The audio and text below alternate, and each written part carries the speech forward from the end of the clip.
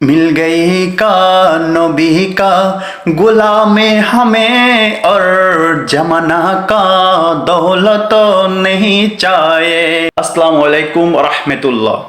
मिल गई का नबी का गुलाम हमें और जमाना का दौलत नहीं चाहिए।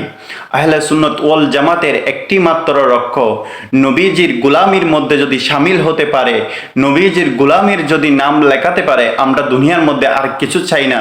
সকলে আজকে এই যে আশিকে রাসূল নবীজির গোলামি আজ আপনারা প্রমাণ করে দিয়েছেন লাল দিঘির ময়দানের মধ্যে অংশগ্রহণ করে। আলহামদুলিল্লাহ, আমরা খুব আশা ছিলাম এরকম একটি দৃশ্য দেখব। ইনশাআল্লাহ আল্লাহর রব্বুল আলামিন সেই আশাটি আজকে পূরণ করেছে। সকল সুন্নি আহলে সুন্নাত ওয়াল জামাত নেতৃবৃন্দদের সার্বিক সহযোগিতায় আজকের এই আশাটি পূর্ণ হয়েছে।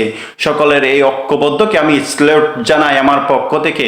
আলহামদুলিল্লাহ, আমি আল্লাহর কাছে এটা চাই কিয়ামত পর্যন্ত আমাদের এই আহলে সুন্নাত ওয়াল জামাতের এই ঐক্যবদ্ধ যেন হয়ে থাকে।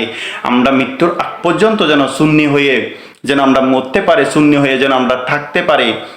আরেকটা বিষয় আমার খুব ভালো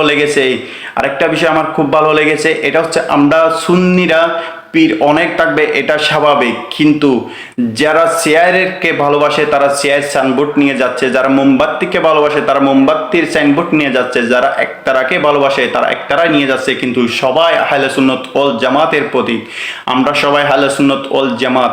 আজ সেই কথাটি আজকে আবার প্রমাণ হলো, পীর যার যার সুন্নিয়ত সবার। আলহামদুলিল্লাহ, পীর যার যার সুন্নিয়ত সবার, এটা প্রমাণ হলো।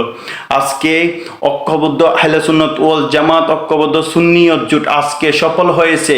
15ই নভেম্বর আজকে সফল হয়েছে। আলহামদুলিল্লাহ, ইনশাল্লাহ এভাবে আমরা সামনের দিকে এগিয়ে যেতে থাকবো। আমাদেরকে কেউ ঠেকাতে পারবে না, কারণ একমাত্র বাংলাদেশের মধ্যে হালাল যদি দল হয়ে থাকে, হক হালাল যদি হয়ে থাকে, সেটা হচ্ছে আহলে সুন্নাত ওয়াল জামাত। আজ আমরা নবীজির আশিক, নবীজির গোলামি আজ আমরা আপনারা সকলে প্রমাণ করে দিয়েছেন লাল দিঘির ময়দানের মধ্যে।